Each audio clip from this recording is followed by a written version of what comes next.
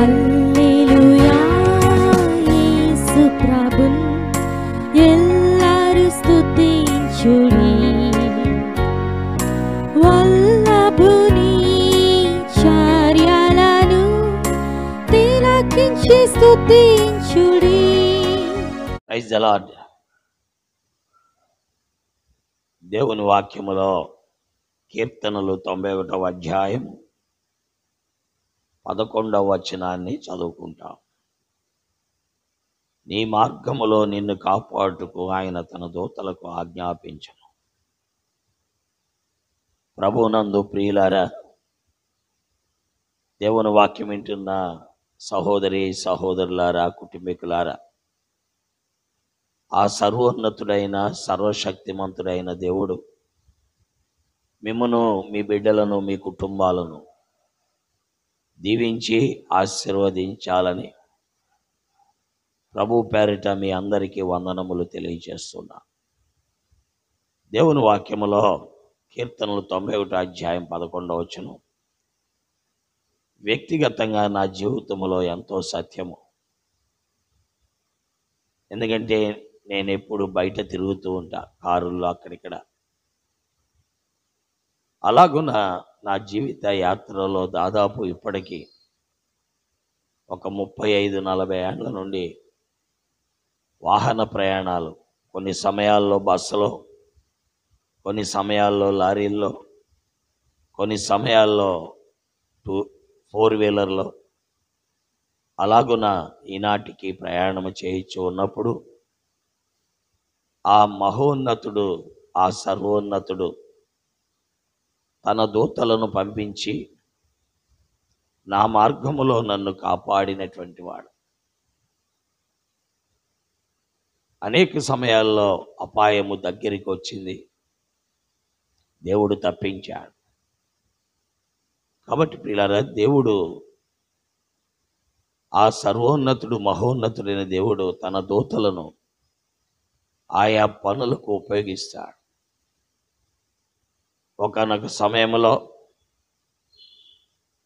ప్రియులారా, ఏలియా దగ్గరికి దూతను పంపించి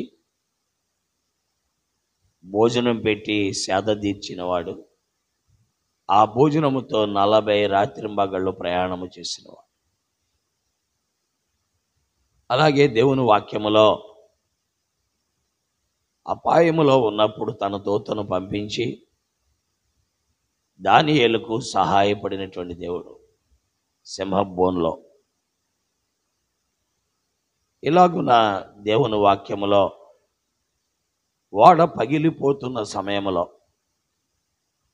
దైవజనుడైన అపోస్తులైన పౌలు అపోస్తుల కార్యాలు 27వ అధ్యాయం 3వ వచనంలో, నేను ఎవరిని సేవించుచున్నానో,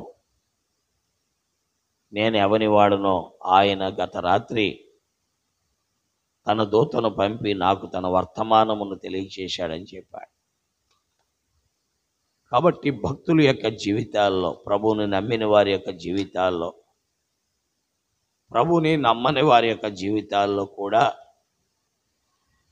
ప్రభు అయిన యేసుక్రీస్తు వారు సహాయకుడుగానే ఉన్నారు. కాబట్టి ప్రియులారా, దేవుడు దూతలను తన పరిచర్యకు వాడుకుంటాడు. అలాగే పరలోకము నుండి గాబ్రియేల్ అనే దూతను మరియమ్మ దగ్గరికి పంపించి, దేవుడు మానవుడు కాబోతున్నాడు, ఆ మానవుడు కాబోయే దేవుడు నిన్ను ఆనుకొని వస్తాడు అనే సమాచారాన్ని తెలియచేశారు. కాబట్టి దేవుడు తన దూతలను తన పరిచర్యకు వాడుకునేటువంటి వాడు. ఒకవేళ మనం ప్రయాణము చేస్తుంటే మన ప్రయాణములో ఆయన తన దూతలను పంపి మన మార్గాలన్నిటిలో మనల్ని కాపాడేవాడు కూడా ఆయనే. కాబట్టి ప్రియులారా, విశ్వాస యొక్క జీవితంలో, అవిశ్వాస యొక్క జీవితంలో కూడా మనల్ని కాపాడుతున్నవాడు ఆయన. ఈనాడు మనం ఆయన నమ్మకపోయినా మనలను, మన బిడ్డలను, మన కుటుంబాలను ఆయన కాపాడుతున్నాడు. ఆయన ఎలాగా కాపాడుతున్నాడని ఆయన నమ్మకుండా ఉండటం మంచిది కాదు కదా. ఆయన ఎరుగుట మనకు మంచిది.